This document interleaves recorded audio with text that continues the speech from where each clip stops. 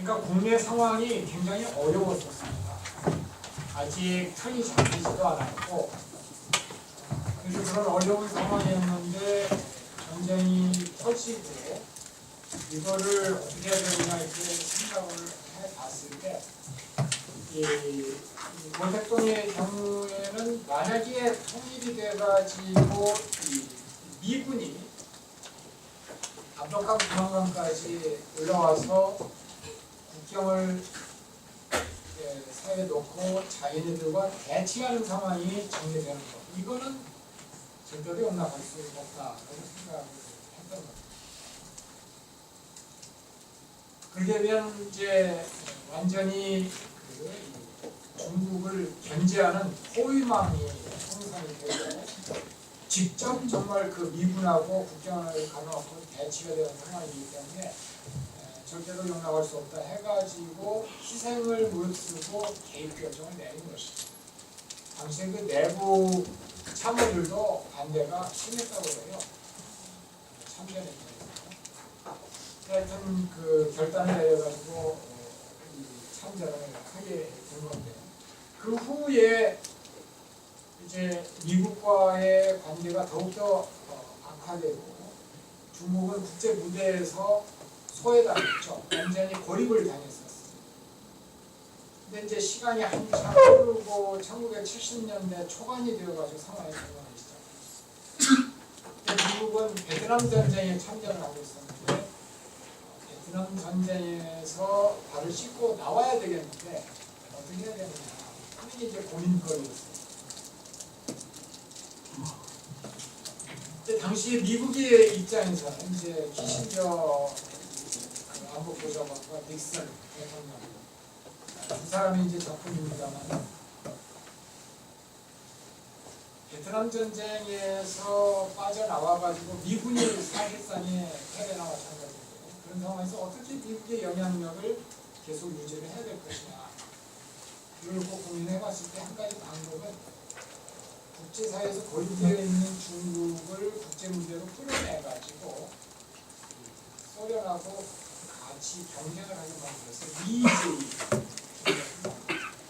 그러니까 당시에 중국과 소련은 중소 분쟁으로 굉장히 관계가 안 좋았고 서로 일종의 헤게모니 장탈이라고 할까, 이런 것들이 진행되고 있습니다.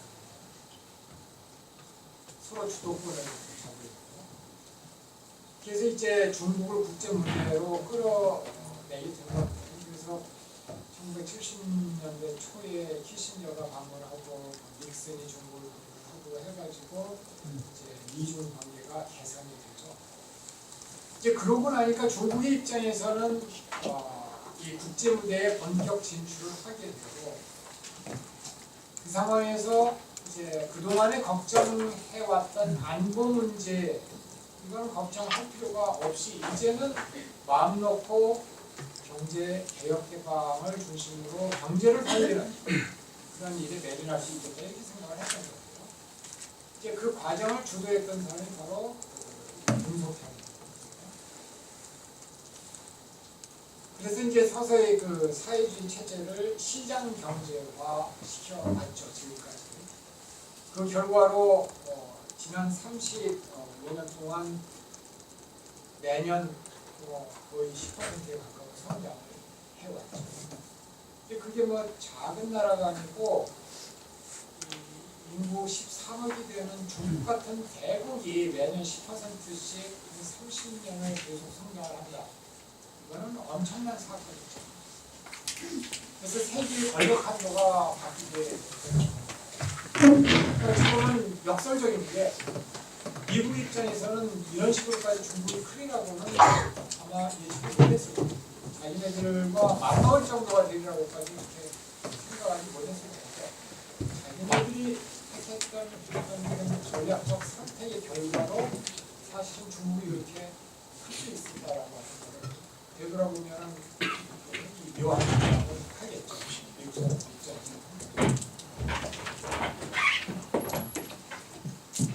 근데 이제 이러한 입장에서 중국의 정치 지도자들이 한반도 문제를 바라볼 때 어떤 관점에서 생각을 하냐면은 아까도 얘기했던 것처럼 한반도가 자기들을 포위하는 어떤 연합전선의 하나의 고의를 감당하는 역할을 원하지 않는다라고 하는 것이고, 또 하나 중국의 관점에서는 중국의 뭐라고 할까, 세계 전략이라고 할까, 그런 걸 생각을 한다면 아마도 중국 사람들은 그렇게 생각을 할 것 같아요. 지금 자기네들이 경제력은 좀 상승했지만 여러 가지 면에서 미국과 세계 무대에서 주도권을 놓고서 경쟁할 정도는 안 됐다라고 봅니다. 그래서 이 글로벌 차원에서의 리더 국가 이거를 원하지는 않지만 최소한 자기네들이 위치하고 있는 이 동아시아에 있어서의 주도적인 국가의 역할은 감당해야 되겠다 이런 생각이 들어요. 그래서 동아시아 지역에서의 어떤 태권도 이걸 꿈꾸고 있겠죠. 이제 그 얘기는 뭐냐면은 이 동아시아 지역에서 미국과 충돌을 할 수밖에 없는, 이 경쟁이 일어날 수밖에 없는 상황이라는 얘기죠. 왜냐? 미국은 옛날서부터 동아시아에 대해서 아까 얘기했던 것처럼 이 대륙 세력을 압박을 하는 수단으로서의 그 미일 동맹과 한미 동맹을 활용을 해왔고, 그런 냉전 전략이 유지가 되어 왔었는데, 이제 중국이 커가지고 이제 동아시아는 우리 마당이니까 당신네들은 좀 나가주시오라는 식으로 요구를 한다면 부딪힐 수밖에 없겠죠. 미국의 입장은 그런 그 미일 동맹, 한미 동맹을 포기할 수 없어요. 계속 관여를 하기를 원하겠죠. 중국에서 바라본다면 중국의 입장에서는 동아시아 지역 국가도 아닌데 미국이 왜 이쪽에 동맹을 맺고 계획을 하느냐, 이거 원치 않는다라고 요구를 하지 않겠어요. 그래서 가능하다고 한다면 아시아에서 미국 세력을 이렇게 밀어내려고 하는 거예요. 이제 그런 그 증거들이 좀 가끔씩 이렇게 보이는데, 점점 중국 외교부 사람들이나 지도자들이 무슨 얘기를 하냐면, 한미동맹은 냉전의 유산이다. 지금 냉전이 끝났는데 왜 그거를 유지를 해야 되냐, 이런 식의 반응을 해요. 근데 냉전이 끝난 상황에서 한미동맹이 유지되는 것에 대해서 그렇게 비판적으로 반응한다라고 하는 건 뭐냐면, 이제 냉전 끝났으니까 미국은 좀 나가달라 이런 얘기는 하신 것이죠. 바꾸서 예를 들면 한반도를 자기네들이 어떤 영향권 안에 들어가라고 하는 그런 희망이 있어요.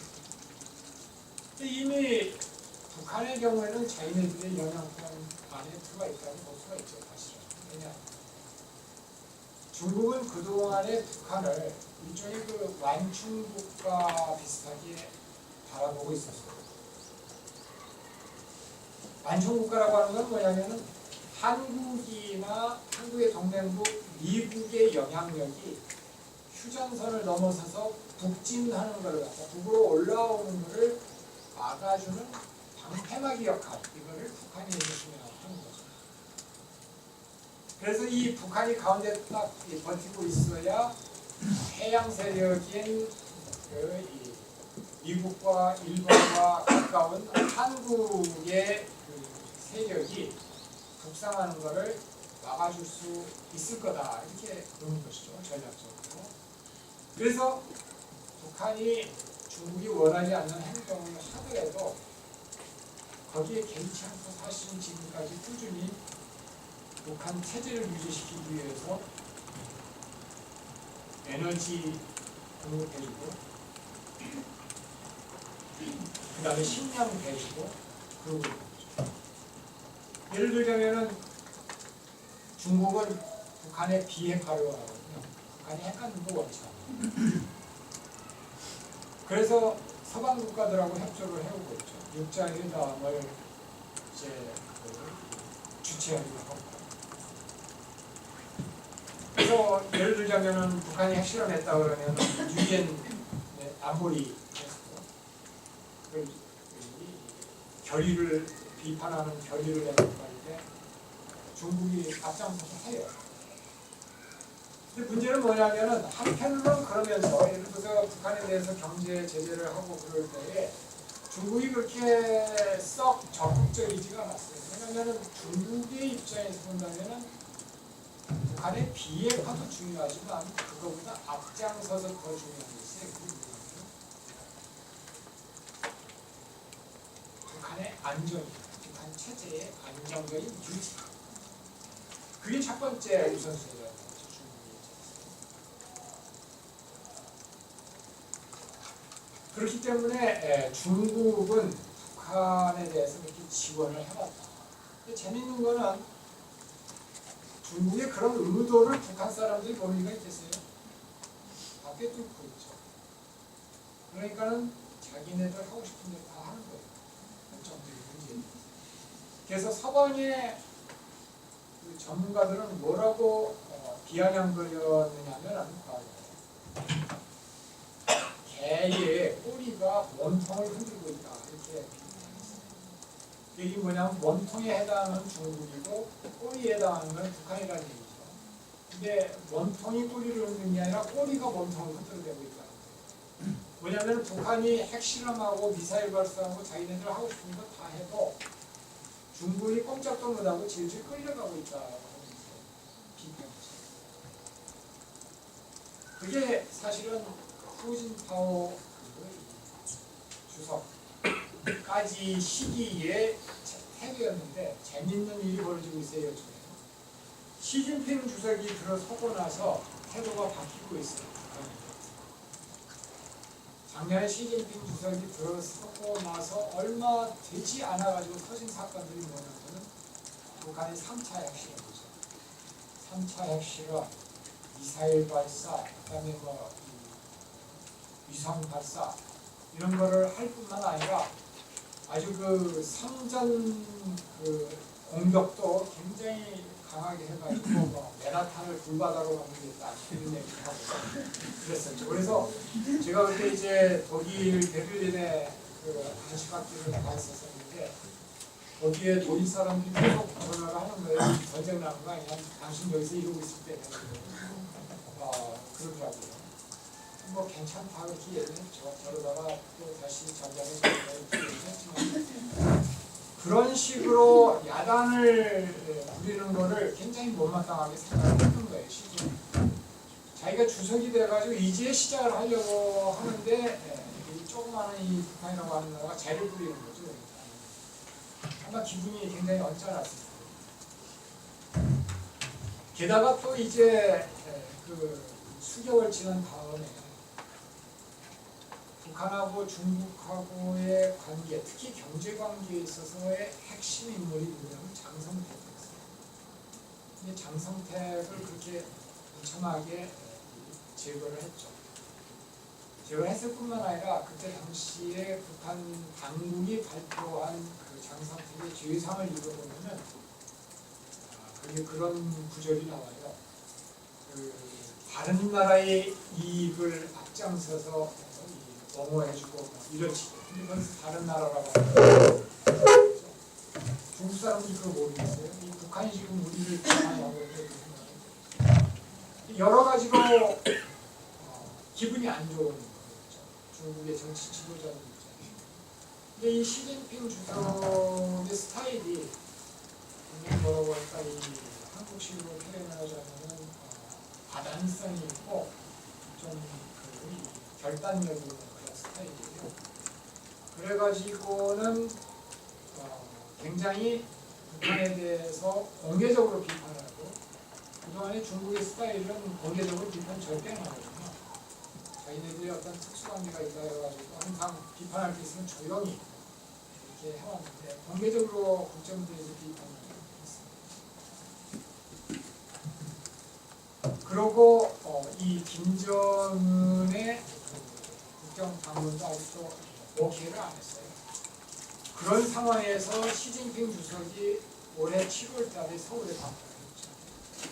그래가지고 서울에서도 강연을 했습니다.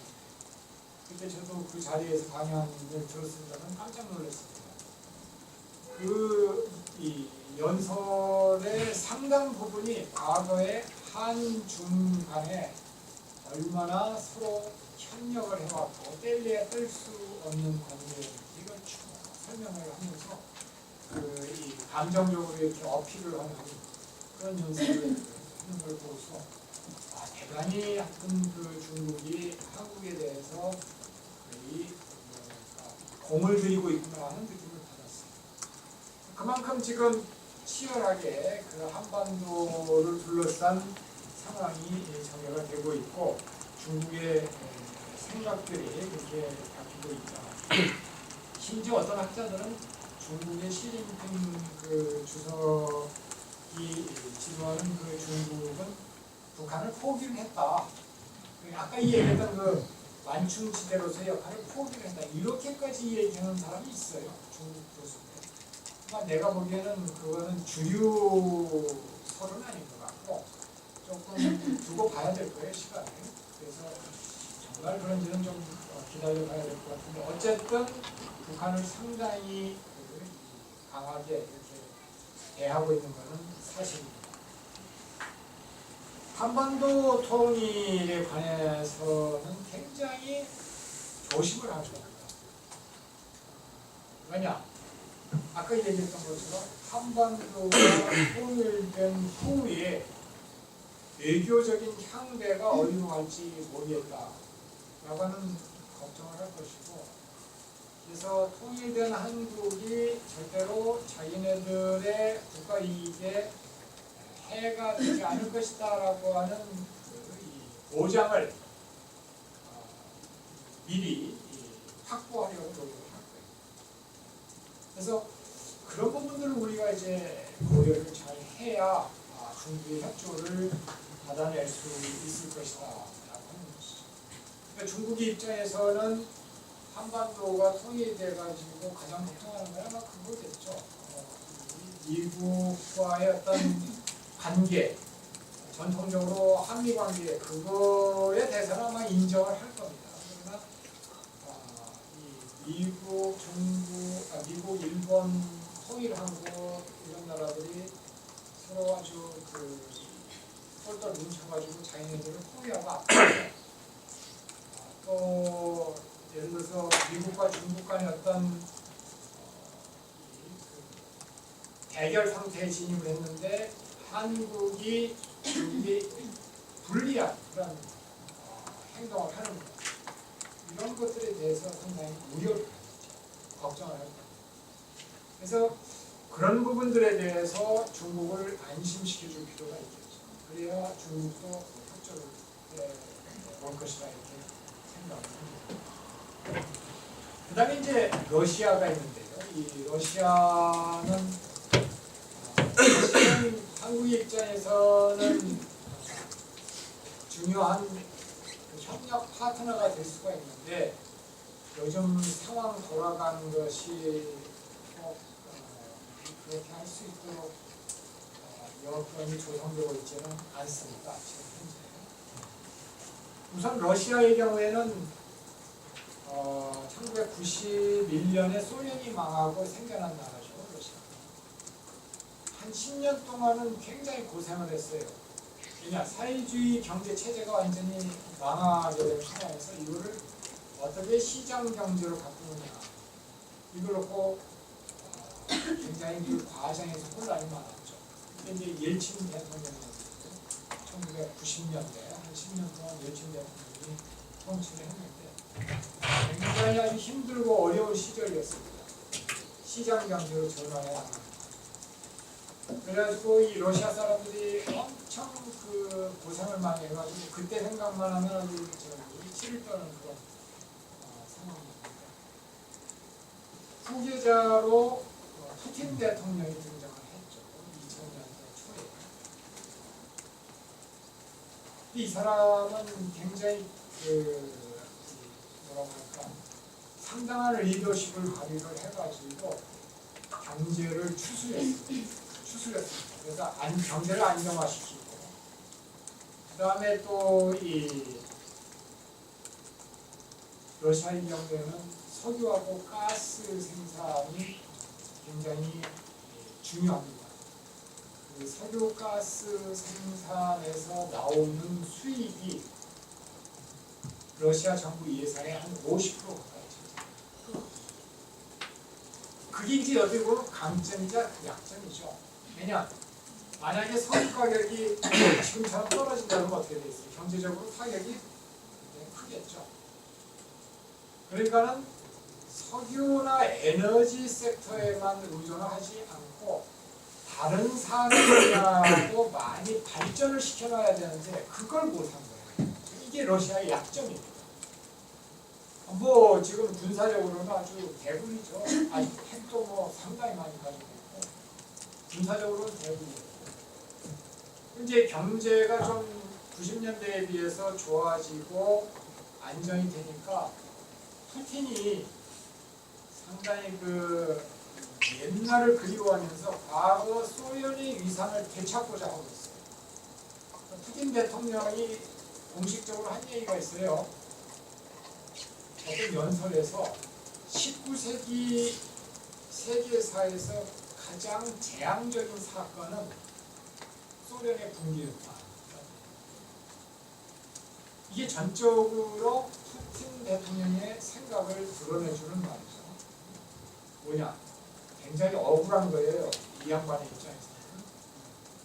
지금 소련 때는 세계 최강국 중에 하나, 둘 중에 미국하고 맞먹는 그런 나라였는데 소련이 붕괴하고 러시아로 들어서가면서 그냥 여러 그 대국들 중에 하나의 위치로 여덟 개 대국들 중에 하나의 위치로 전락을 한 거예요. 힘이 빠져버린 거예요.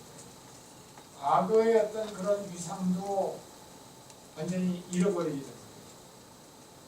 또 과거에 소련 치하에 있던 나라, 소련의 영향력 안에 있던 나라들이 서방 쪽으로 자꾸 달려가는 거예요. 자기네들하고 관계를 멀려하면서. 그래서 그런 거에 대해서 본때를 보여주겠다 해가지고 터진 사건들이 있잖아요. 옛날에 조지아, 친mon의 경우. 그 다음에 올 봄에 우크라이나의 크리미아 점령. 그 다음에 그 정부 우크라이나 지역의 반군 지원.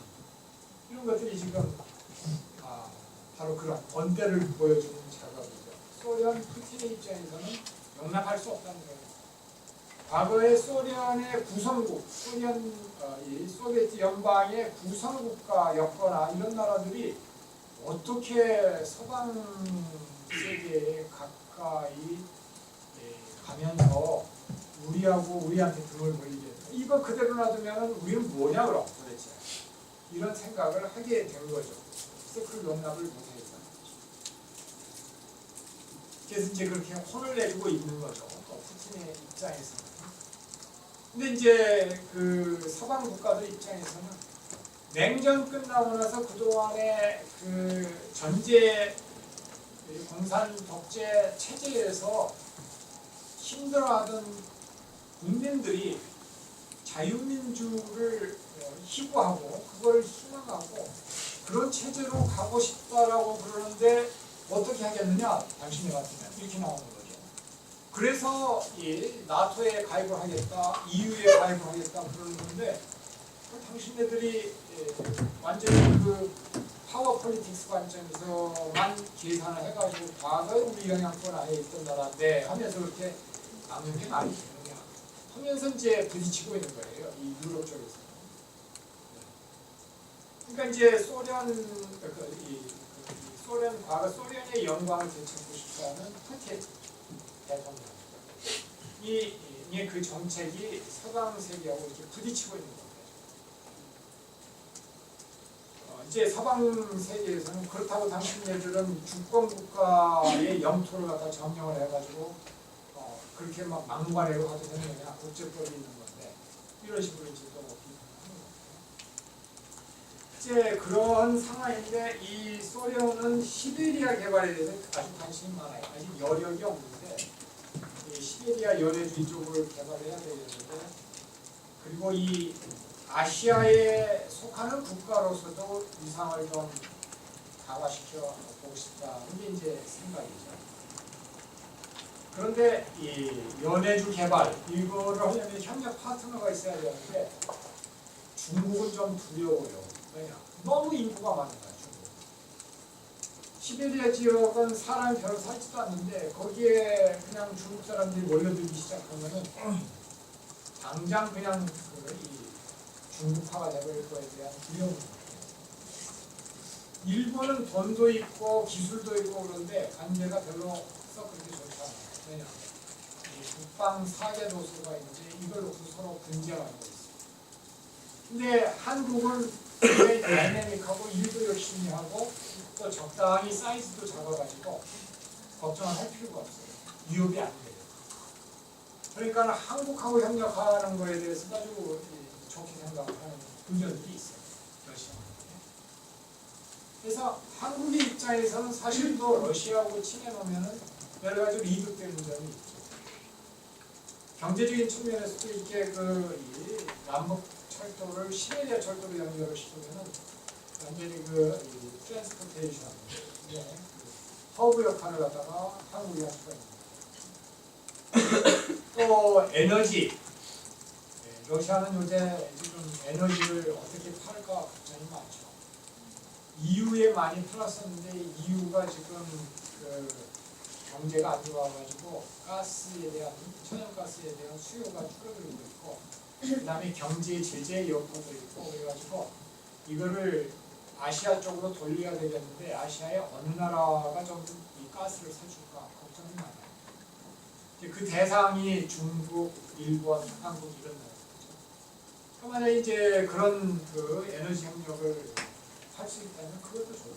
그래서 최근까지도 남북 러시아 간에 가스 파이프라인을 이렇게 진짜 이런 얘기들이 많이 오갔는데 여러 가지 어려움 때문에 진전이 없는 상황입니다. 그래서 이 한러 간에 이렇게 협력을 하면은 좋은데 협력의 분위기가 지금 조성이 되지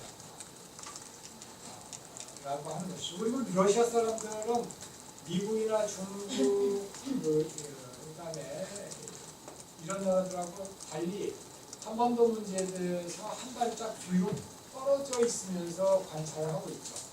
직접적으로 이렇게 깊숙하게 개입하지는 않아요. 그러면서도 한반도가 통일되는 것이 자기네에게 유리하다라고 생각을 하고 있습니다.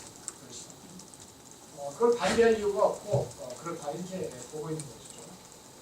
그래서 한국의 입장에서도 이렇게 러시아하고 이렇게 협력을 해서 여러 가지 이점이 있는데 다만 뭐냐면은 올해 푸틴 대통령이 이제 러시아가 크리미아를 점령을 하고 우크라이나에서 그런 어려움이 있기 때문에 서방 세계가 우리의 동맹인 미국까지 포함해가지고 서방 세계가 지금 제재를 하고 그러고 있는 형편이기 때문에 우리 입장에서는 우리 한번 잘 봅시다 하면서 적극적으로 대시하기가 힘든 그런 형편이죠. 이제 그래서 러시아의 상황은 그렇다는 것이고, 그래서 이제 지금까지 미국, 일본, 중국, 러시아 이 네 나라의 한반도에 대한 생각과 의도를 갖다가 쭉 정리를 해봤습니다. 만약에 우리가 통일을 원한다면은 어떤 식으로 나가야 될 건가 하는 것을 좀 잠깐 이야기를 해보겠는데요. 우선 나는 기본적으로 급진적인 통일보다는 점진적인 통일이 바람직하다. 왜냐하면 여러 가지로 급진적인 통일하면 충격이 큽니다. 경제적인 충격, 정치적인 충격, 심리적인 충격이 크기 때문에 그거를 소화해내는 것이 굉장히 힘들 거다. 그리고 급진적인 통일이라고 하는 것은 상당히 좀 위험할 수가 있습니다. 무력 충돌이라든지 이런 가능성이 있거든요. 그래서 급진적인 것보다는 점진적인 통일이 필요하고 또 비용도 훨씬 점진적인 통일을 하는 경우에 전략을 할 수 있고 그런데 이제 문제는 아까 얘기했던 것처럼 핵심적인 상황의 전개 가능성도 우리가 배제할 수가 없고 여기에 충분히 대비할 필요가 있다. 그리고 이제 통일 한국이 어떠한 국제정치적인 이상을 설정을 할 것이냐, 이것이 중요하다라고 말할 수가 있겠는데요. 이건 우리도 진지하게 생각을 해봐야 되는 문제입니다. 한국 사람들 입장에서 지금은 통일 그 자체만 많이 생각을 하고 있는데, 우리가 같이 생각해야 될 것은 뭐냐면 통일 이후에 한국이 어떤 국제정치적인 상황에 처해야 하게 될 건가 한 가지고, 두 번째는 통합, 사람과 사람 간의 통합의 문제, 이 두 가지를 생각을 해봐야 돼요. 근데 이제 제가 이런저런 기회에 통합의 중요성에 대해서 여러 가지 많이 이야기를 합니다. 통일에 있어서 제도적인 정치적인 통일 못지않게 중요한 게, 그보다 훨씬 더 중요한 게 사람 간의 통합이다. 사람 간의 통합.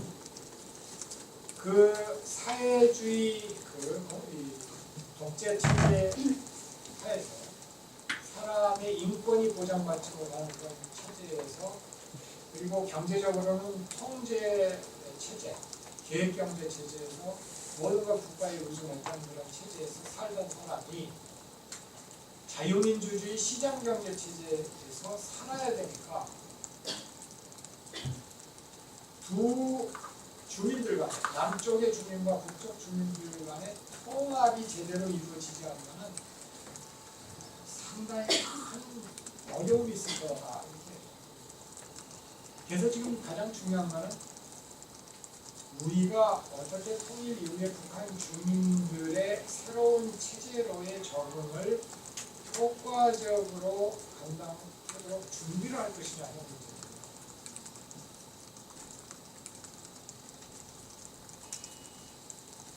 그런 통합을 위해서 준비하기 위해서, 통합을 위한 준비를 하라고 사실은 탈북 주민들이 한 2만 6천 명, 2만 7천 명 지금 한국에 와서 살고 있거든요. 근데 우리는 통일 얘기는 많이 하면서 정작 필요한 일들은 내방치고 있는 것 같아요. 이 탈북 주민들이 얼마나 힘들어하고 있는지, 적응을 제대로 못해서. 하나원에서 몇 주 교육 받고 나서 그 다음에 내방쳐 있거든요. 취직하는 거, 학교 다니는 거, 또 의료 이런 관계 어려움이 엄청 많은데, 그걸 다 알아서 하셔. 당신네들이 이제 자유니까 이렇게 한단 말이에요. 적응을 잘 못해요. 그런 식으로 할 게 아니라 체계적으로 그동안에 2만 몇천 명 되는 탈북 주민들이 살아왔던 과정을 연구를 하고 분석을 하고, 그래서 어떻게 효과적으로 지원을 할 것인지 방책을 만들어내고 하는데 돈을 쏟아부어야 될 거 아니에요. 근데 왜 그런 생각들을 안 하는지 를 당첨되는 것 같아요. 내방쳐주는 걸 찾고 있어요. 어제 저녁에도 여명학교라고 탈북 청소년 대안학교인데, 거기에서 10주년 기념 행사를 했어요. 거기 가가지고 이야기를 했거든요. 이제 처음으로 공식 인가를 받은 학교예요, 거기가.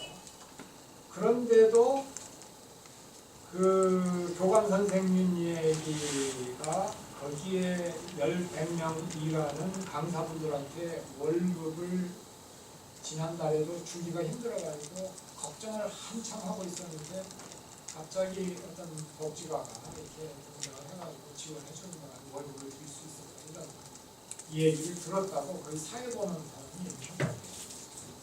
완전히 내방쳐져 있는 상황이죠. 그러면서 한쪽으로는 통일 얘기를 해요.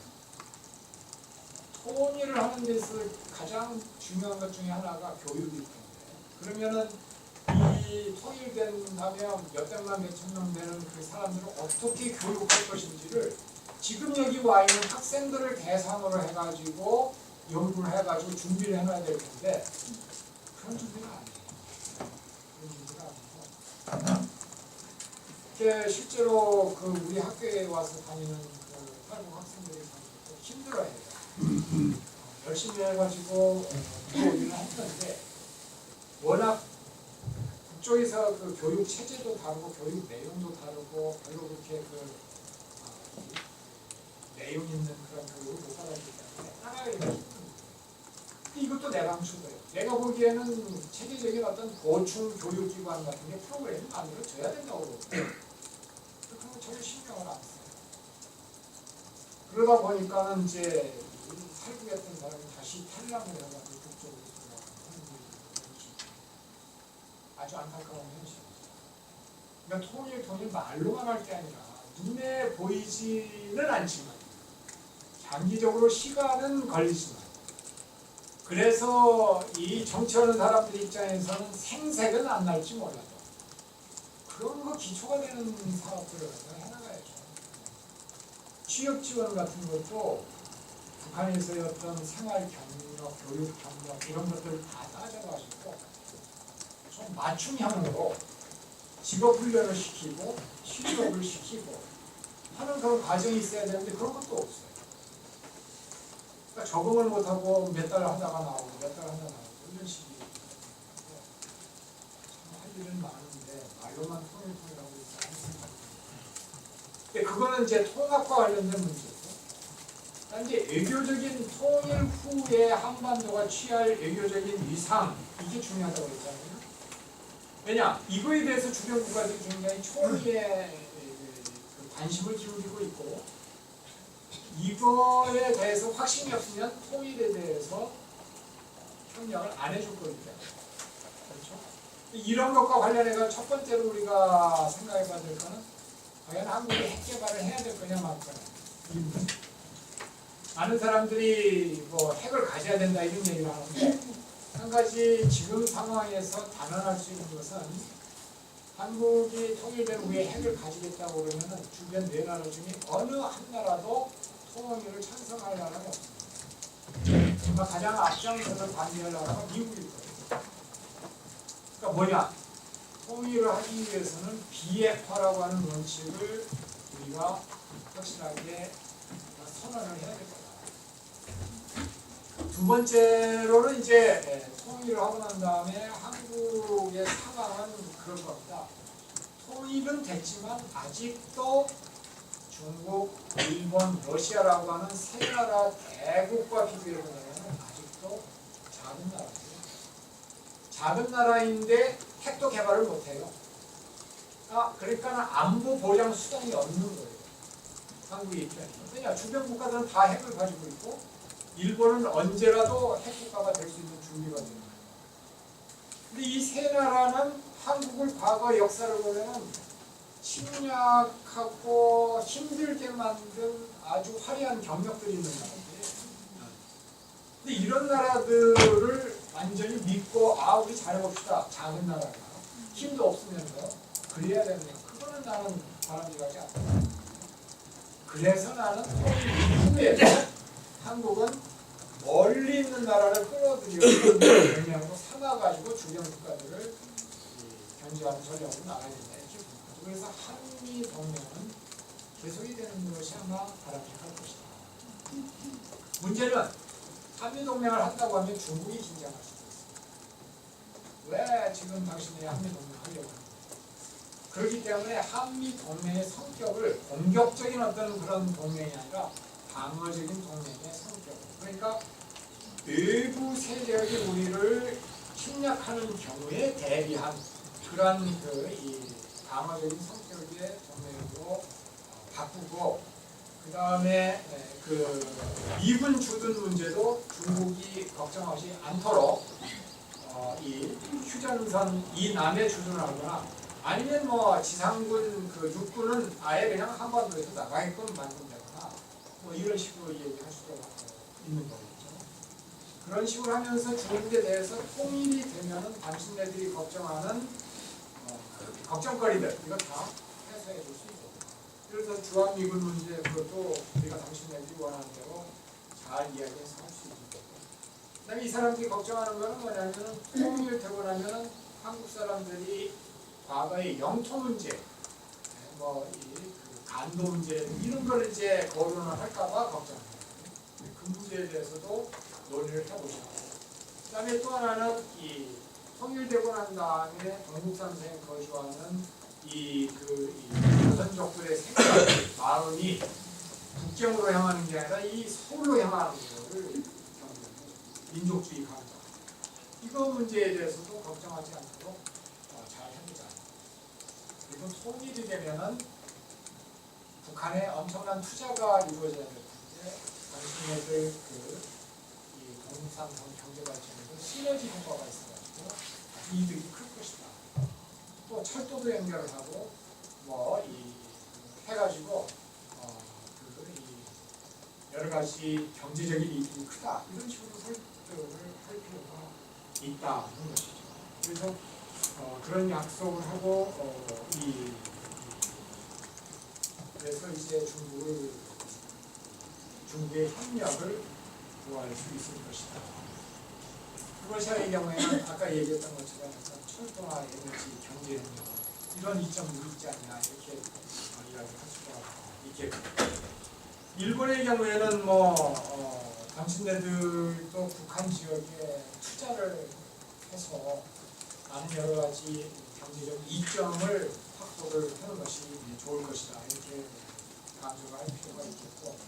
그다음에 통일 한국이 무엇보다도 지향해야 되는 그 국가 목표라고 하는 것을 분명히 밝힐 필요가 있죠. 평화를 지향하는 국가다 우리가. 그다음에 군사 국가를 지향하는 것이 아니라 통상 국가를 지향하는 거예요. 유럽의 네덜란드처럼 통상 물류의 거점 국가를 지향하면서 동북아의 어떤 경제적인 번영을 촉발하는 그런 나라가 되고 싶다. 이거를 가르칠 필요가 있고, 또 한국 사람들이 문화적인 측면에서 굉장히 우수하니까 동북아 문화의 중심이 되겠다. 이런 목표를 표방을 하면서 주변국들로 하여금 안심하게 만들고 협조하게 만드는 것이 통일 전략이 그렇게 생각을 하는 것이죠. 내 얘기는 그 정도로 마치겠습니다. 혹시 질문이 있으면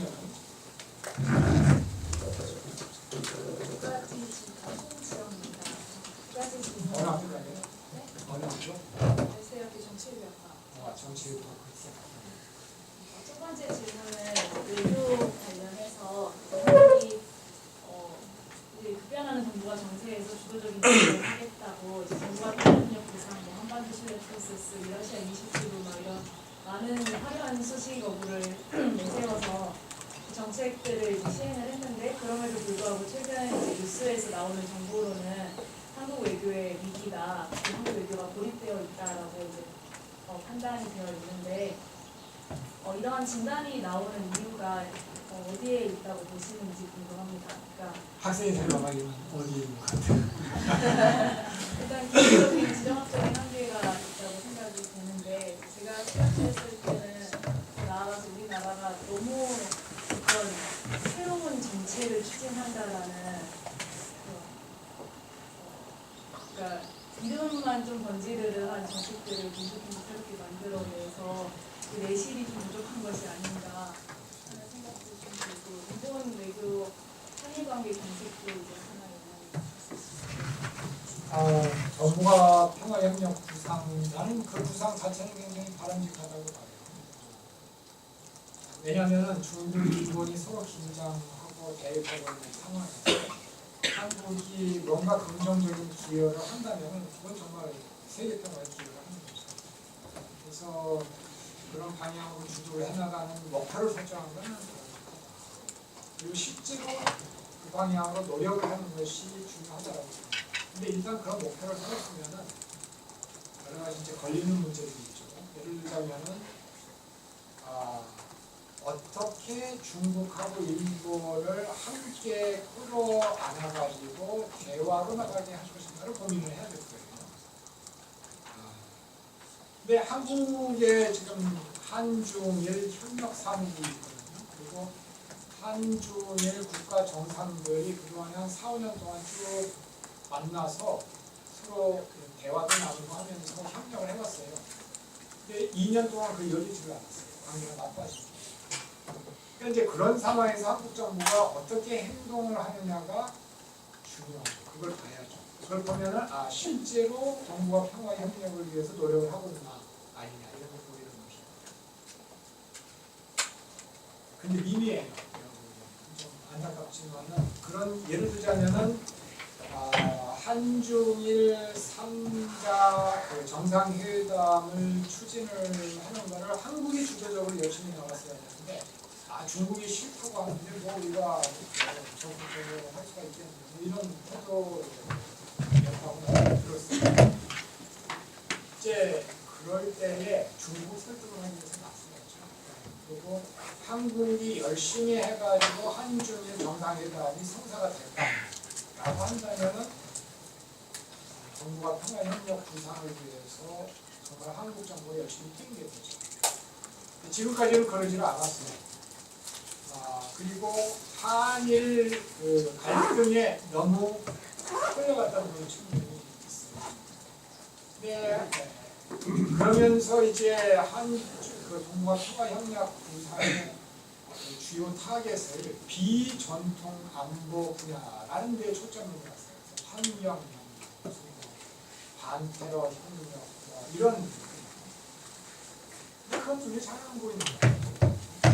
그것도 물론 중요하죠. 근데 그거는 제3자 입장에서 보면 어려운 문제는 피해가는 것이 중요하거든요.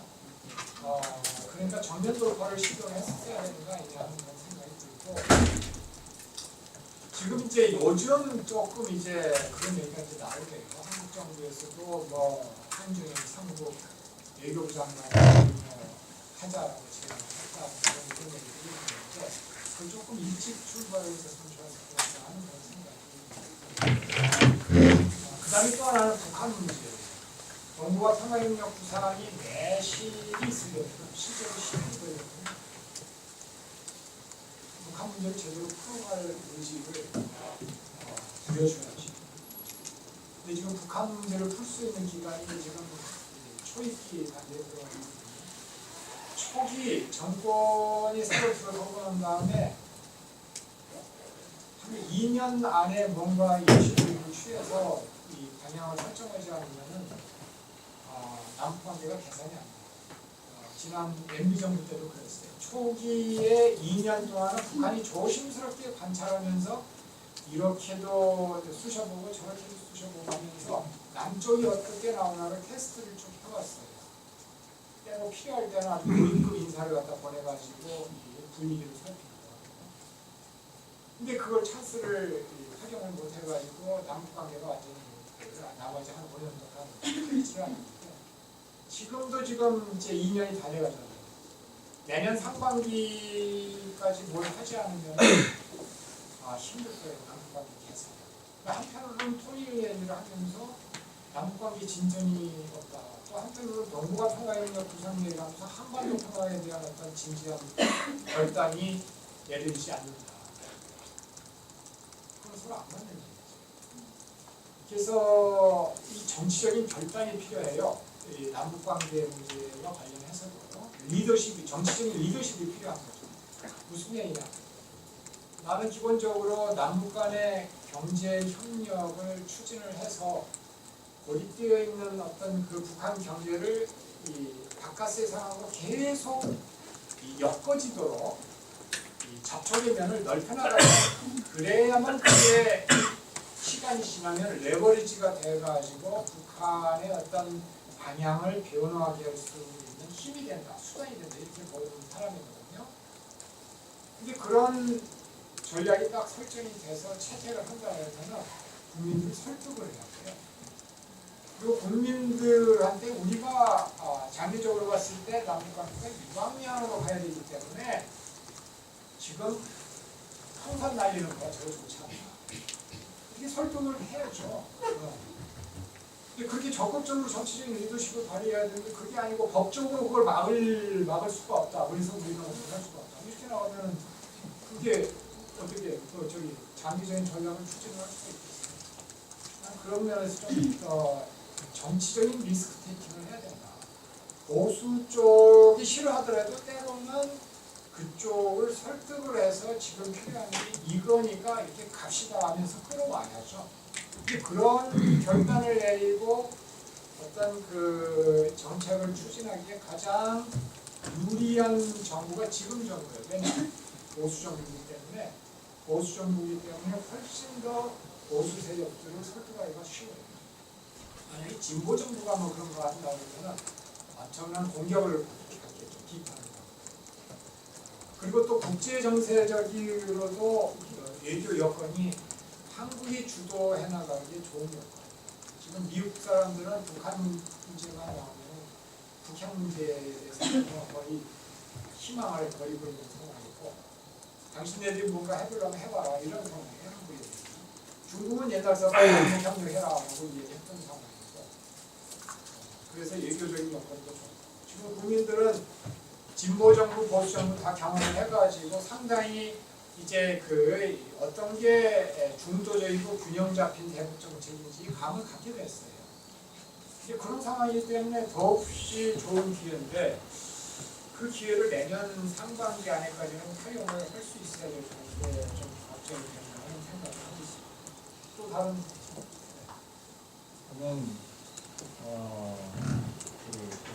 저는 14기 이윤 방안이라고 하고요. 지금 말씀하신 것 중에서 참 공감이 많이 됐던데, 통일한국이라는 거를 너무 약간 미래의 모습만 바라보고 그때를 위해서 준비하자고 좀 생각을 하는 것 같은데, 이 현재 한국 좀 정세에 대해서 집중을 하고 또 탈북민이라든지 그런 필요한 부분들에 집중을 해서 그분들을 도와드리는 게 또 통일한국에 대한 준비를 하는 것이라고 생각이 듭니다. 그래서 그런 부분에 대해서 굉장히 공감이 많이 되는데, 점진적 통일과 이제 점진적 통일에 대해서 말씀하셨는데, 그럼 우리가 이제 실질적으로 통일에 대해서 어떻게 준비를 할 것인가에 대한 고민을 할 수밖에 없는데, 급진적 통일은 뭐 어쩔 수 없는 상황이 될 수밖에 없고, 그것에 대해서 준비는 뭐 특별히 할 수 있다고 생각은 하지 않습니다. 근데 점진적 통일에 대한 실효성에 대해서 좀 질문을 드리고 싶은데, 점진적 통일이라는 것은 결국 북한을 어느 정도 경제적으로든 뭐든 이렇게 도와줘가지고 그들이 어느 정도 레벨에 올라온 후에 우리가 점진적으로 통일을 하자는 아이디어잖아요. 근데 그들이 개방하지 않아서 자본이 유입되지 않고, 그러면은 경제가 발전이 될 수가 없고, 그들이 개방을 하지 않겠다는 의지는 핵 개발을 계속 해 나가는 것에서 굉장히 좀 자명하게 드러난다고 저는 생각을 하고 있습니다. 왜냐하면 핵이 어떻게 보면은 자본주의적인 그런 요소들에 대해서 개방을 하지 않고서도 그들이 얻을 수 있는 최고의 경제적 효과와 또 외교적 효과를 노리고 개발을 하는 것이라고 생각하기 때문에, 그리고 또 소위 한국에서는 최근에 좀 북한을 팔아가지고 먹고 사는 사람들이 굉장히 많이 늘어났다라는 평가가 있는데요. 종편 채널만 해도 북한 얘기 아니면은 뭐 특별히 다룰 토픽들이 없는 것들이 사실이고, 그래서 이 남한 입장에서도 점진적인 통일에 대해서 내부적으로